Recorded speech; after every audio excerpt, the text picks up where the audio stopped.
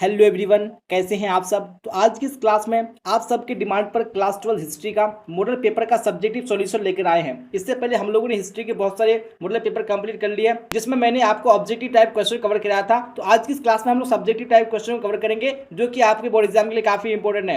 यानी आज की इस क्लास में हम लोग उन सभी क्वेश्चन को देखने वाले हैं जो आपको एग्जाम में कई बार पूछे जा चुके हैं और आपको एग्जाम में पूछने के चांसेस हैं। इसलिए आप लोग आज की इस क्लास को बिल्कुल भी मत छोड़िएगा, आपको पूरे क्लास को करना है। और क्लास अच्छी लगे तो आपको लाइक कर देना, अपने दोस्तों में आपको हर हाल में शेयर कर देना है। और अगर आप इस चैनल पे पहली बार आए हैं तो सबसे पहले आपको चैनल को सब्सक्राइब करके बेल आइकन को प्रेस कर लेना है, ताकि जितने भी क्लासेस हो सबका नोटिफिकेशन आपको टाइम पे मिल सके और आप टाइम पे क्लास में अटेंड हो सके। तो बिना टाइम को वेस्ट किए हम लोग क्वेश्चन की ओर चलेंगे और आप लोगों को क्लास में अच्छे तरीके से बने रहना है और समझने की कोशिश करना है। तो आज की इस क्लास में हम लोग यहाँ पे जो शॉर्ट आंसर टाइप यानी जो हमारा लघु उत्तरीय प्रश्न है उसको कवर करेंगे। उसके बाद नेक्स्ट क्लास में हम लोग लॉन्ग आंसर टाइप यानी जो लघु उत्तरीय दीर्घ उत्तरीय प्रश्न है उसको कवर करेंगे। तो यहाँ पे हम लोग क्वेश्चन नंबर 1 की ओर चलते हैं। जी हाँ, तो क्वेश्चन नंबर स्क्रीन पे आ चुका है। जैसा कि आपको स्क्रीन पर दिख रहा होगा कि पहला नंबर क्वेश्चन में क्या पूछा गया है, गृहपति कौन थे, उसका कार्य क्या था। जी हाँ, यानी कौन गृहपति थे और उनका कार्य क्या था, वो आपको यहाँ पे क्वेश्चन में पूछा गया है। तो यहाँ पे हम लोग आंसर देख लेते हैं क्या बोला जा रहा है। गृहपति घर का मुखिया होता था। जी हाँ, यानी जो गृहपति होता था वो क्या होता था, यानी जो परिवार का वो हेड होता था, नहीं मुखिया होता था। घर में रहने वाली महिलाओं, बच्चों, नौकरों और दासों पर नियंत्रण करता था। जी हाँ, और वो घर का मुखिया होता था। आप सबको बताया कि मुखिया का काम क्या होता है, यानी घर में जितने भी लोग रहते हैं, उसके जितनी भी महिलाएं हैं, उसके बाद जितने भी बच्चे हैं और जितने भी नौकर काम कर रहे हैं और जितने भी क्या है दास हैं, तो उन पर क्या होता था, नियंत्रण होता नहीं, सबको वो क्या करता था, कंट्रोल करता था। घर से जुड़े भूमि, जानवर या अन्य सभी वस्तुओं का वह मालिक होता था। जी हाँ, और घर से जुड़े जितनी भी भूमि है, उसके बाद जितने भी जानवर हैं, उसके बाद जितने भी अन्य सभी वस्तु पर वो क्या होता था, नहीं सभी वस्तुओं का वो क्या होता था, मालिक होता था।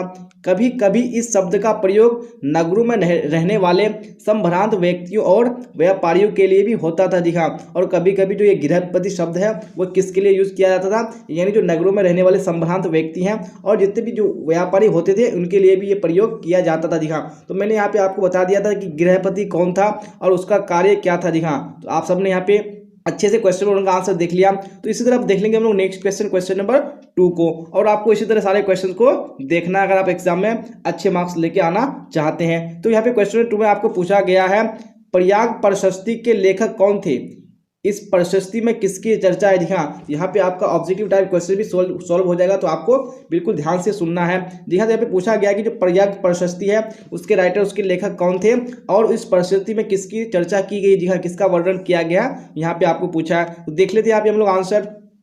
प्रयाग प्रशस्ति के लेखक हरिसेन है। जी हाँ, तो यहाँ पे आपका एक ऑब्जेक्टिव क्वेश्चन भी सोल्व हो गया। अगर आपको एग्जाम में आएगा कि प्रयाग प्रशस्ति के लेखक कौन है, तो यहाँ पे आपको हरिसेन पे टिक लगाने हैं। इस प्रशस्ति में हरिसेन ने गुप्त वंश के सर्वाधिक शक्तिशाली शासक समुद्रगुप्त की चर्चा की है। जी हाँ, और इस प्रशस्ति में किसने, यानी जो हरिसेन ने किसकी चर्चा की है, जो गुप्त वंश के जो हमारे शक्तिशाली शासक थे, कौन, समुद्रगुप्त। यहाँ तो उसका वर्णन किया गया है। वह समुद्रगुप्त का राजकवि भी था। जी हाँ, और उसने ऐसा क्यों, यानी प्रशस्ति में क्यों लिखा है समुद्रगुप्त के बारे में, क्योंकि उनका वो क्या था, यानी राजकवि भी थे। जी हाँ, उसके दरबार में एक कवि के रूप में था। इस प्रशस्ति की रचना संस्कृत भाषा में। जी हाँ, और ये जो प्रयाग प्रशस्ति है इसकी रचना कौन सी भाषा में की गई है, वो संस्कृत भाषा में की गई है। जी हाँ, यहाँ पे आपको जो पॉइंट में बात बता रहा हूँ आपको, तो आपको बिल्कुल नोट करते चलना। जी हाँ, क्योंकि आपको ऑब्जेक्टिव टाइप क्वेश्चन में यहीं से पूछा जाता है, इससे बाहर बिल्कुल भी ऑब्जेक्टिव नहीं आता, आपको बुक से ही लिया गया होता है। इसे इलाहाबाद स्तंभ अभिलेख भी कहा जाता है। जी हाँ, और एक यहाँ पे ऑब्जेक्टिव आपका सोल्व हो गया कि कौन से प्रशस्ति को इलाहाबाद स्तंभ अभिलेख भी कहा जाता है। तो यहाँ पे आपको प्रयाग प्रशस्ति पे टिक लगाने हैं। तो इसको क्या बोला है, जो प्रयाग प्रशस्ति है उसको इलाहाबाद स्तंभ अभिलेख भी कहा जाता है। यहाँ पे मैंने आपको सब्जेक्ट के माध्यम से बहुत सारे ऑब्जेक्टिव क्वेश्चन को भी सोल्व करा दिया है। तो आप देख लेंगे हम लोग नेक्स्ट क्वेश्चन, क्वेश्चन नंबर 3 को। जी हाँ, तो क्वेश्चन नंबर 3 भी स्क्रीन पे आ चुका है। तो आप लोग क्वेश्चन नंबर 2 की तरह क्वेश्चन नंबर 3 को भी समझने की कोशिश कीजिए। यहाँ पे क्या पूछा गया आपको क्वेश्चन में, मगध महाजनपद पर संक्षिप्त प्रकाश डालिए। जी हाँ, यानी जो मगध महाजनपद है यहाँ पे आपको उस पर प्रकाश डालना है। जी हाँ, उसके बारे में हम लोग जानेंगे संक्षिप्त में। जी हाँ, तो यहाँ पे आंसर देख लेते हैं। 6ठी से 4ठी शताब्दी ईसा पूर्व में मगध सबसे शक्तिशाली महाजनपद बन गया। जी हाँ, आप सबको पता है कि जो महाजनपद थे उसमें कितने थे, 16 थे। जी हाँ, तो 16 महाजनपद में से जो सबसे शक्तिशाली था वो हमारा क्या था, मगध महाजनपद था। जी हाँ, तो ये 6ठी और 4ठी शताब्दी ईसा पूर्व में क्या था, ये सबसे शक्तिशाली महाजनपद बन गया था। आधुनिक इतिहासकार इसका कई कारण बताते जी हाँ। और मगध का जो शक्तिशाली होने का जो कारण है, यहाँ पे बहुत सारे इतिहासकार यानी बहुत सारे कारण बताते हैं। जैसे यहाँ खेती के लिए उपज खास तौर पर अच्छी होती थी जी हाँ, यानी वहाँ पे जो खेती होती थी उपज में क्या होती थी, काफ़ी अच्छी होती थी। क्यों अच्छी होती थी? क्योंकि वहाँ पे जो जमीन था वो काफ़ी क्या था, उपजाऊ था। दूसरा क्या था, यहाँ पे लोहे की खदानें उपलब्ध थी जी हाँ। और दूसरा जो सबसे प्रमुख कारण था वो क्या था, लोहे की खदानें जी हाँ। वहाँ पे प्रचुर मात्रा में लोहे की खदानें थी जिनसे उपकरण एवं हथियार बनाना सरल था जी हाँ। और जिनसे यानी जो उपकरण, जितने भी सारे उपकरण थे उसका जो हथियार बनाना था उन लोगों के लिए क्या था, काफ़ी आसान था, क्योंकि वहाँ पे लोहे की कमी नहीं थी। जंगली क्षेत्रों में हाथी, गंगा और सहायक नदियों के रूप में आवागमन आदि की उपलब्धता जी हाँ। और जंगली क्षेत्रों में क्या थे, हाथी, उसके बाद जो गंगा और उसकी जितनी भी सहायक नदियां हैं उसके रूप में, यानी उससे क्या करते थे लोग, आवागमन करते थे। आदि की उपलब्धता मगध के उत्कर्ष एवं संपन्नता के सहायक तत्व थे जी हाँ। और जितने भी मैंने यहाँ पे आपको बताया ये सारे क्या थे, मगध के उत्कर्ष होने के सारे सहायक तत्व थे जी हाँ। इन सभी चीजों ने मगध को यानी शक्तिशाली महाजनपद बनाया। इसके साथ ही विभिन्न शक्तिशाली राजाओं की परंपरा जैसे बिंबिसार, अजातशत्रु, महापद्मनंद, चंद्रगुप्त, अशोक की नीतियां भी मगध के उत्कर्ष में सहायक थी जी हाँ। और इसके साथ ही वहाँ पे जो विभिन्न शक्तिशाली राजाओं जैसे कि बिंबिसार, अजातशत्रु, उसके बाद जो महापद्मनंद है, चंद्रगुप्त, अशोक की नीतियां भी मगध के उत्कर्ष में बहुत ही क्या हुई, सहायक हुई जी हाँ। तो हम लोगों ने देख लिया कि जो महाजनपद यानी जो मगध महाजनपद था इतना शक्तिशाली क्यों था। तो अब इसी तरह देख लेंगे हम लोग नेक्स्ट क्वेश्चन, क्वेश्चन नंबर 4 को जी हाँ। और आपको अगर क्लास अच्छी लग रही है तो आपको लाइक कर देना और अपने आप दोस्तों में आपको शेयर जरूर कर देना जी हाँ। और आपको बिल्कुल भी क्लास को स्किप नहीं करना, आपको पूरे क्लास को देखना जरूरी है। प्राचीन काल में जनपद क्या था, लिखिए जी हाँ। यहाँ पे क्वेश्चन 4 में पूछा गया कि जो प्राचीन काल है वहाँ पे उन्हें उस समय जो जनपद था वो क्या था, उसके बारे में आपको लिखने के लिए बोला है। जनपद का तात्पर्य ऐसे भूखंड से है जहां कोई जन, लोग, कुल या जनजाति अपना पांव रखता है जी हाँ। तो यानी जो जनपद का तात्पर्य है वो क्या है, एक भूखंड जी हाँ, एक जमीन के टुकड़े से है जहां कोई जन यानी जहां पे कोई लोग, कुल या जनजाति अपना क्या रखते हैं, अपना पांव रखते हैं, अपना कदम रखते हैं अथवा बस जाता है जी हाँ। जहाँ पे जाके कोई कुल हो या कोई लोग हो या कोई जनजाति हो जाके बस जाता है वो क्या कहलाता है, जनपद कहलाता है जी हाँ। तो जनपद से आपको क्या याद रखना है कि ये क्या है, जमीन का कोई टुकड़ा है, जमीन का क्या है, यानी भूखंड है जहाँ पे लोग जाकर क्या करते हैं, बस जाते हैं, जनपद कहलाता है। इस शब्द का प्रयोग प्राकृतिक व संस्कृत दोनों में मिलता है जी हाँ। और ये जो शब्द है जनपद, इसका प्रयोग आपको प्राकृत में भी और संस्कृत दोनों में मिलेगा जी हाँ। तो हम लोगों ने यहाँ पे देख लिया कि जनपद क्या था। चलिए तो अब इसी तरह देख लेंगे हम लोग नेक्स्ट क्वेश्चन, क्वेश्चन नंबर 5 जी हाँ। तो क्वेश्चन 5 भी स्क्रीन पे आ चुका, बोला जा रहा है भक्ति आंदोलन के प्रभाव का वर्णन करें जी हाँ। यानी भक्ति आंदोलन के क्या क्या प्रभाव हुए यहाँ पे आपको वर्णन करने के लिए बोला है। यहाँ पे हम लोग आंसर देख लेते हैं।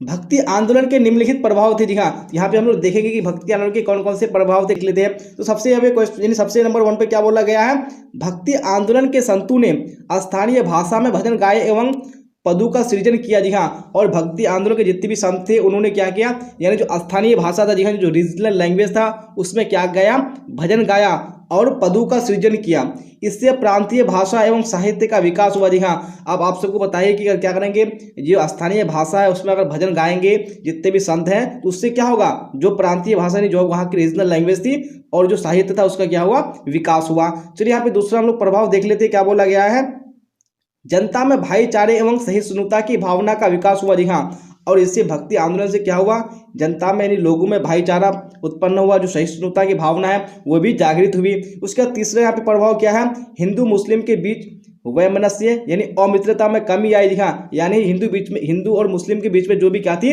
अमित्रता यानी जो भी दुश्मनी थी उसमें क्या आई, भक्ति आंदोलन से बहुत ही कमी आई। उसके चौथे यहाँ पे प्रभाव में बोला गया है सामाजिक कुरीतियों एवं अंधविश्वासों पर प्रहार किया गया जी हाँ। और भक्ति आंदोलन ने जितनी भी यानी समाज में कुरीतियां थी, उसके जितने भी अंधविश्वास थे उसको बिल्कुल भी समाप्त कर दिया जी हाँ। तो हम लोगों ने यहाँ पे क्वेश्चन 5 के माध्यम से हम लोगों ने देख लिया कि भक्ति आंदोलन के क्या क्या प्रभाव थे। चलिए अब इसी तरह देख लेंगे हम लोग नेक्स्ट क्वेश्चन, क्वेश्चन नंबर 6 को। और आप लोग इसी तरह क्लास को अच्छे तरीके से लास्ट तक देखिएगा जी हाँ। तो क्वेश्चन नंबर 6 भी स्क्रीन पे आ चुका है, क्या बोला जा रहा है, बिल्कुल बहुत ही इंपॉर्टेंट क्वेश्चन है। यहाँ से आपको बहुत सारे ऑब्जेक्टिव क्वेश्चन भी सॉल्व हो जाएगा। ताजमहल पर संक्षिप्त टिप्पणी लिखिए जी हाँ। यहाँ पे आपको ताजमहल के बारे में छोटा सा लिखना है। तो यहाँ पे देख लेते हैं हम लोग क्या था ताजमहल, क्या उसके बारे में हिस्ट्री है। ताजमहल पत्नी के प्रति समर्पित प्रेम का अमर प्रतीक है जी हाँ। तो ये आप सबको बताइए, बच्चा को पता ही क्या है, ये पत्नी के प्रेम में एक समर्पित क्या है, अमर प्रतीक है जी हाँ, कभी भी नहीं मरने वाला ये प्रतीक है। इसे शाहजहां ने अपनी पत्नी मुमताज महल की याद में बनवाया था। जी हाँ, और जो ताजमहल को बनवाया था वो अपनी पत्नी यानी शाहजहां ने बनवाया था, अपनी पत्नी कौन, मुमताज महल की याद में बनवाया था। इतिहासकारों के अनुसार इसका निर्माण 1632 ईस्वी में आरंभ हुआ। जी हाँ, और इतिहासकार बताते हैं कि जो ताजमहल का निर्माण हुआ वो कब हुआ, 1632 ईस्वी में स्टार्ट हुआ और 1648 ईस्वी में यह बनकर तैयार हो गया। जी हाँ, यानी इसको बनने में लगभग कितने साल लगे, 16 साल लगे। इसके निर्माण में 4 भाग पद्धति कुछ परिवर्तन के साथ अपनाई गई। जी हाँ, और जो ताजमहल का निर्माण हुआ इसके निर्माण में जो एक 4 भाग यानी 4 भाग पद्धति थी उसमें कुछ परिवर्तन करके उसमें कुछ चेंजेस ला करके इसको अपनाई गई। ताजमहल का नक्शा उस्ताद ईसा ने बनवाया था। जी हाँ, और जो ताजमहल का डिजाइन है वो उसको किसने बनवाया था, वो उस्ताद ईसा ने बनवाया था। तो ये आपको याद रखना है क्योंकि आपको एग्जाम में ऑब्जेक्टिव टाइप क्वेश्चन में पूछ सकता है।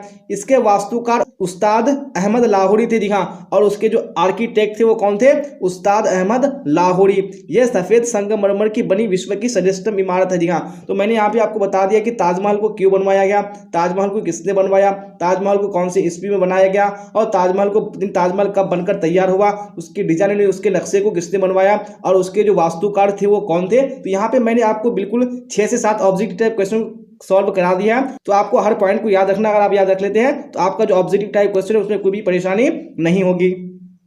जी हाँ, तो आप देख लेंगे हम लोग नेक्स्ट क्वेश्चन, क्वेश्चन नंबर 7। जी हाँ, क्वेश्चन नंबर 7 भी स्क्रीन पे आ चुका है। क्या बोला जा रहा है, विजयनगर साम्राज्य में आयंगर व्यवस्था पर प्रकाश डाला। जी हाँ, तो यहाँ पे विजयनगर साम्राज्य में एक बहुत ही व्यवस्था थी यानी बहुत ही प्रमुख व्यवस्था थी आयंगर व्यवस्था, उस पर यहाँ पे आपको प्रकाश डालना है। यहाँ पे देख लेते हम लोग क्या था आयंगर व्यवस्था।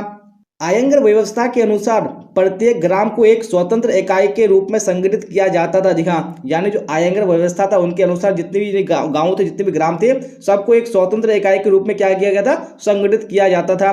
इस पर 12 व्यक्ति मिलकर शासन करते थे। जी हाँ, और जो हमारा गाँव था यानी ग्राम था वो क्या था, एक स्वतंत्र इकाई के रूप में था ना, उसमें कितने लोग शासन करते थे, मिलकर के 12 व्यक्ति करते थे। जी हाँ, जिन्हें सामूहिक रूप से आयंगर कहा जाता था। जी हाँ, और उन 12 व्यक्तियों का जो समूह होता था, ग्रुप होता था, उनको मिला करके क्या बोला जाता था, आयंगर। इनके पद अनुवांशिक होते थे। जी हाँ, और जो आयंगर के पद होते थे वो अनुवांशिक होते थे, यानी जो आयंगर है उसका बेटा ही क्या बन सकता है, वो आयंगर बन सकता है, उसके अलावा बाकी अदर आदमी नहीं बन सकता। जी हाँ, तो ये क्या होते थे, अनुवांशिक होते थे। इन्हें वेतन के बदले कर मुक्ति भूमि दी जाती थी। जी हाँ, और जो आयंगर होते थे उनको यानी वेतन के बदले में उनको तनख्वाह नहीं, पैसे नहीं मिलता था, उनको ऐसी भूमि यानी ऐसी जमीन दी जाती थी जिसमें उसको कर देना नहीं पड़ता था। जी हाँ, तो ये मैंने आपको बता दिया कि जो आयंगर व्यवस्था थी वो क्या थी। जी हाँ, तो आप देख लेंगे हम लोग इसी तरह नेक्स्ट क्वेश्चन, क्वेश्चन नंबर 8 को। जी हाँ, तो क्वेश्चन 8 भी स्क्रीन पे आ चुका है। बोला जा रहा है मुस्लिम लीग की स्थापना कब हुई, इसकी क्या मांग थी। जी हाँ, तो जो एक मुस्लिम लीग एक पार्टी थी, इसकी स्थापना कब हुई और इसकी क्या क्या मांग थी, क्या क्या डिमांड थी, वो मैं आपको इस क्वेश्चन के माध्यम से बताऊंगा। जी हाँ, यहाँ पे भी आपको बहुत सारा ऑब्जेक्टिव सॉल्व हो जाएगा। मुस्लिम लीग की स्थापना 1906 ईस्वी में सलीमुल्लाह खां और आगा खां में ढाका में की गई थी। जी हाँ, यानी जो मुस्लिम लीग की स्थापना की गई थी, या पहले आपको याद रखने हैं कि यह कब की गई थी, 1906 ईस्वी में की गई थी। ये बहुत बार क्वेश्चन एग्जाम में पूछा जा चुका है। और इनको जो यानी की थी वो किसने की थी, यानी सलीमुल्लाह खां और आगा खां। जी हाँ, तो क्वेश्चन में आपको ये भी पूछा जाता है कि मुस्लिम लीग की स्थापना किसने की, तो वहाँ पे आपको ऑप्शन में पूछा जाता है कि खां बंधु। जी हाँ, तो यहाँ पे अगर खां बंधु आएगा तो यहाँ पे आपको क्या रखना है, खां बंधु पे टिक लगाना। जी हाँ, यानी खां मतलब क्या होता है, खान, और बंधु मतलब होता है भाई, यानी सलीमुल्लाह खान और जो आगा खान थे ये दोनों क्या थे, भाई थे। जी हाँ, उन्होंने क्या नहीं बांग्लादेश की जो राजधानी है वो ढाका में की थी। तो ये आपको याद रखने हैं। जल्द ही उत्तर प्रदेश के विशेषकर अलीगढ़ के संभ्रांत वर्ग प्रभाव में आ गए। जी हाँ, और जो हमारा मुस्लिम लीग के प्रभाव में कौन कौन आ गए, जो उत्तर प्रदेश में जो हमारा अलीगढ़ है वहाँ पे जो जितने भी संभ्रांत वर्ग के लोग हैं वो उसके प्रभाव में आ गए। 1940 ईस्वी के दशक में पार्टी भारतीय महाद्वीप के मुस्लिम बहुल क्षेत्रों की स्वायत्तता या फिर पाकिस्तान की मांग करने लगी। जी हाँ, और 1940 के दशक आते ही जो पार्टी यानी जो मुस्लिम लीग पार्टी है वो किसकी मांग करने लगी, यानी जो भारतीय महाद्वीप पे जितने भी सारे मुस्लिम लोग हैं उनकी क्या करने लगी, स्वायत्तता यानी उनकी अलग देश यानी अलग पाकिस्तान की मांग करने लगी। यानी जितने भी मुस्लिम कंट्री यानी मुस्लिम जो लोग हैं उसके लिए एक अलग देश बनाया है जिसका नाम पाकिस्तान रखा जाएगा। जी हाँ, तो मैंने आपको बता दिया कि मुस्लिम लीग की स्थापना कब की गई थी, और मैंने आपको ये भी बता दिया कि उसकी स्थापना किसने की थी, और मैंने आपको ये भी बता दिया कि उनकी क्या क्या मांग थी, क्या क्या डिमांड था। जी हाँ, तो अब इसी तरह देख लेंगे हम लोग नेक्स्ट क्वेश्चन, क्वेश्चन नंबर 9। जी हाँ, तो क्वेश्चन 9 भी स्क्रीन पर आ चुका है। क्या बोला जा रहा है, सहायक संधि की 2 शर्तें बताइए। जी हाँ, यानी जो सहायक संधि हुआ था इनकी 2 शर्तें क्या थी वो यहाँ पे आपको बताने के लिए बोला है। तो यहाँ पे हम लोग देख लेते हैं सहायक संधि की 2 शर्तें निम्नलिखित है। जी हाँ, तो कौन कौन से हैं, तो सबसे पहला शर्त क्या था, अंग्रेज अपने सहयोगी की बाहरी और आंतरिक चुनौतियों से रक्षा करेगा। जी हाँ, जो सहायक संधि था इसका मतलब जो पहला शर्त क्या था कि जो अंग्रेज है यानी अपने सहयोगी यानी जो अंग्रेज के जो सहयोगी यानी जो उनके साथी हैं उसकी क्या करेगा, वो बाहरी और आंतरिक चुनौतियों से रक्षा करेगा। जी हाँ, यानी जो भी बाहरी और जो भी आंतरिक चुनौतियां हैं उनकी रक्षा करेगा। ये सबसे पहला क्या था, सहायक संधि का शर्त था। उसका दूसरा शर्त ये था कि सहयोगी पक्ष के भू क्षेत्र में एक ब्रिटिश सैनिक टुकड़ी तैनात रहेगी। और दूसरा यहाँ पे शर्त क्या था कि जो सहयोगी पक्ष के जो लोग हैं, जी हाँ, उसका जो भू क्षेत्र है उसमें एक ब्रिटिश सैनिक टुकड़ी क्या होगी, इन्हें हमेशा तैनात रहेगी। जी हाँ, नहीं वहाँ पे हमेशा सैनिकों का एक गुट रहेगा।